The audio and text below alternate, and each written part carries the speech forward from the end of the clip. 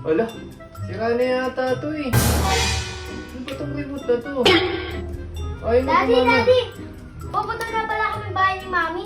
May papabili ka ba? Bili mo nga ako ng remote na ganito.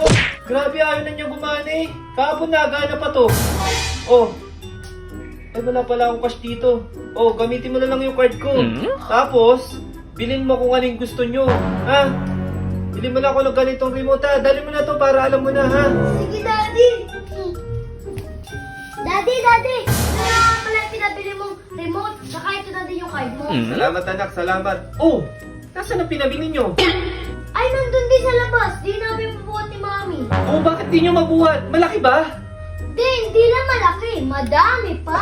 Uy, Sabrina naman, ginamit nyo pa yung card ko. Wala, tignan nga natin. Daddy, ito na oh. Grabe naman ang dami niya. Bakit mo naman ang dami niya, Sabrina? Sabi ko, bilhin nyo lang yung gusto nyo eh. Ginamit nyo pa yung card ko. Pinabili lang kita ng remote, ang dami mo nang binili.